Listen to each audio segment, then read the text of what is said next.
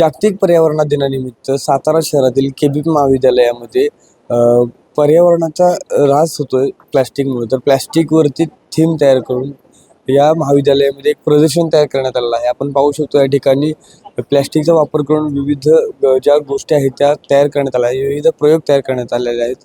या ठिकाणी आपण पाहू शकतोय की कचरा व्यवस्थापनासाठी गावाची एका थीम तयार करून या ठिकाणी आपण दाखवू शकतोय की या ठिकाणचं संपूर्ण एक डिपार्टमेंट वाईज तयार केलेलं आहे. इलेक्ट्रॉनिक असेल, कचरा असेल किंवा शेतीविषयक काही गोष्टी तयार करून या ठिकाणी एक नवीन प्रयोग तयार करण्यात आलेला आहे. या ठिकाणी आपण पाहू शकतोय की पेवर ब्लॉक प्लास्टिकपासून तयार केले आहेत. नक्की हे कशा पद्धतीने तयार केले आहेत, कशा कशाचा वापर केला आहे आणि हे पर्यावरणासाठी कसं उपयुक्त ठरते सांगते?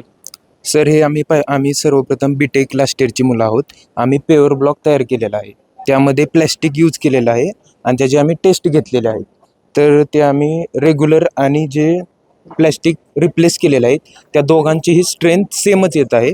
आणि त्यात पहिला मुद्दा की आपण जे आत्ताच्या जनरेशनमध्ये वॉटर बॉटल्स, कोल्ड्रिंक्स असल्या बॉटल्स जास्त प्रमाणात उत्पन्न होत आहेत आणि त्याचं आम्ही श्रेडिंग केलेलं आहे. म्हणजे बारीक बारीक तुकडे 12 mm ते 15 mm केलेले आहेत आणि ते पेवर ब्लॉकमध्ये यूज केलेले आहेत. आणि त्याचा आम्हाला रिझल्ट खूप चांगला भेटलेला आहे की रेग्युलर आणि जे प्लॅस्टिक यूज केलेलं आहे त्याचे रिझल्ट सेमच आहेत आणि ते पर्यावरणासाठी खूप पूरक आहे. आणि ते आपण कुठल्याही म्हणजे सगळ्यासाठी यूज करू शकतो, जसे की रोड, विटांमध्येही म्हणजे त्याचे रिझल्ट सेमच येतील. नक्कीच आपण पाहू शकतो या ठिकाणी विद्यार्थ्यांनी आपल्या ग्रुपने एकत्र तयार करून पेवर ब्लॉक्स तयार केले आहेत. आणि आपण पाहू शकतो या ठिकाणी विविध प्रयोग देखील या ठिकाणी आपण तयार केलेले दिसत आहेत. एकूणच प्लॅस्टिकचा वापर रिसायकल तयार करून या ठिकाणी वेगवेगळ्या पद्धतीने एक्सपेरिमेंट तयार करताना हे विद्यार्थी कॉलेज युवती आपल्याला पाहायला मिळत आहेत. या ठिकाणी अजून एक पेवर ब्लॉक तयार केलेला आपल्याला पाहायला मिळते विद्यार्थ्यांच्या माध्यमातून. काय नक्की हा पेवर ब्लॉकचं कशा पद्धतीनं तयार केलेला आहे, काय सांगशील? ह्याच्यामध्ये waste plastic, coconut coir fibre, recycled aggregate आणि सिमेंटचं मिक्स प्रपोर्शन आहे. म्हणजे ह्याच्यामध्ये कन्व्हेन्शनलपेक्षा त्याच्यामध्ये वेस्ट प्लॅस्टिक आणि कोकोनट कॉयर फायबर एक्स्ट्रा आहेत. आणि प्लस हे परवेस्ट ब्लॉक्स आहेत, म्हणजे त्याच्यावरती पाणी पडलं की ते पेनिट्रेट होऊन ग्राउंड वॉटर रिचार्जसाठी मदत होईल त्याची. याचा आता पर्यावरणात म्हणजे हे संपूर्ण जो तुम्ही तयार केलेला आहे त्यात कशाचा यूज केलेला आहे आणि हे पर्यावरणासाठी कसं उपयुक्त ठरते आणि हा पेवर ब्लॉक आपण कुठं नक्की लावला पाहिजे किंवा ठेवला पाहिजे?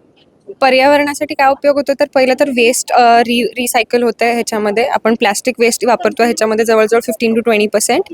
आणि प्लस सगळ्यात महत्त्वाचा उपयोग म्हणजे जिथं जिथं आपण पेवर ब्लॉक्स टाकतो, जसं की गार्डन्स झाले किंवा पार्क्समध्ये आपण टाकतो किंवा साध्या घराच्या प्रेमायसेसमध्ये अंगणात वगैरे, की जिथं आपल्याला कवर करून टाकायचं असतं, तिथं कवर करतो म्हणजे आपण त्याच्यासाठी पाणी जाण्यासाठी किंवा झिरपण्यासाठी म्हणतो ना, आपण काहीच सोय ठेवत नाही. ह्याच्यातून जेव्हा पाणी आत जातं, ग्राउंड वॉटर रिचार्ज, आपल्याला रेन वॉटर हार्वेस्टिंगचा जो कॉन्सेप्ट आहे, ग्राउंड वॉटर रिचार्जसाठी खूप मदत होते ह्याची. आणि प्लस मग हे पेवर्स आपण अशा ठिकाणी वापरू शकतो की जिथे फुटफॉल जास्ती असतो, नॉट व्हेकल फॉल.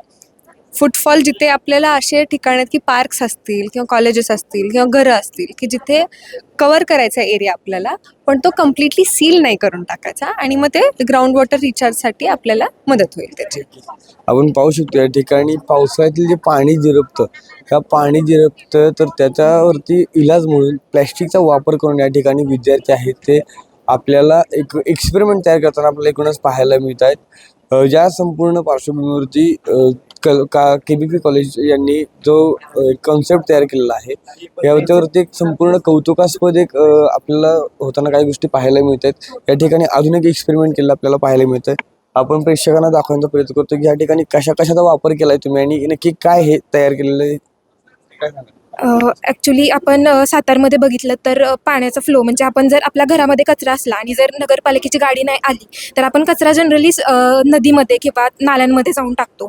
तर तो टाकल्यानंतर त्याला काहीतरी केलं पाहिजे म्हणून आम्ही हा नवीन एक्सपेरिमेंट केला आहे. जनरली सातारमध्ये हा कुठं आम्हाला बघण्यात आला नाही, म्हणून आम्ही ठरवलं की हे करायचं. तर ह्याच्यात जनरली ह्या मॉडेलमध्ये आम्ही रिप्रेझेंट केलं की इथं वायर मेश लावलेत आणि त्याच्या साईज दुसऱ्या ठेवल्या, तर त्यांना काय होणार आहे की प्लास्टिक त्या मेशमध्ये अडकणार आहे आणि ते तिथंच थांबणार आहे. आहे आणि नगरपालिकेचे जे लोक आहेत ते कलेक्ट करणार आहे, ज्यानं करून हे जे पाणी म्हणजे प्लास्टिक ज्या पाण्यात आहे ते पाणी इथंच प्लास्टिक कलेक्ट होईल आपल्याकडे आणि स्वच्छ पाणी पुढं जाईल. त्यामुळे आपल्याला जे क्रायसिस येत आहेत डेली लाईफमध्ये की चांगलं पाणी येत नाही आहे किंवा ब्लॉकेज येत आहेत तर ते कमी होतील आणि चांगलं पाणी आपल्याला युटिलाइज करायला भेटेल आणि प्लास्टिक वेस्ट हे कलेक्ट करून ते रियूज होईल.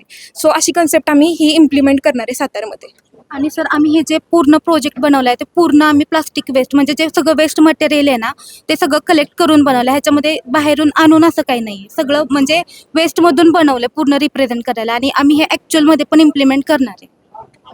आपण पाहू शकतो या ठिकाणी विद्यार्थी आहेत ते प्लॅस्टिक वेस्टमधून रिसायकल तयार करून तुम्ही हे विविध प्रकारचे जे प्रयोग आहे ते तयार करून एक नवीन प्लास्टिकचे रिसायकल करण्याची जिज्ञासा आहे ती संपूर्ण नागरिकांमध्ये जागरूक करताना आपल्याला पाहायला मिळतात. ओमकार सोनाली, नवराष्ट्र, सातारा.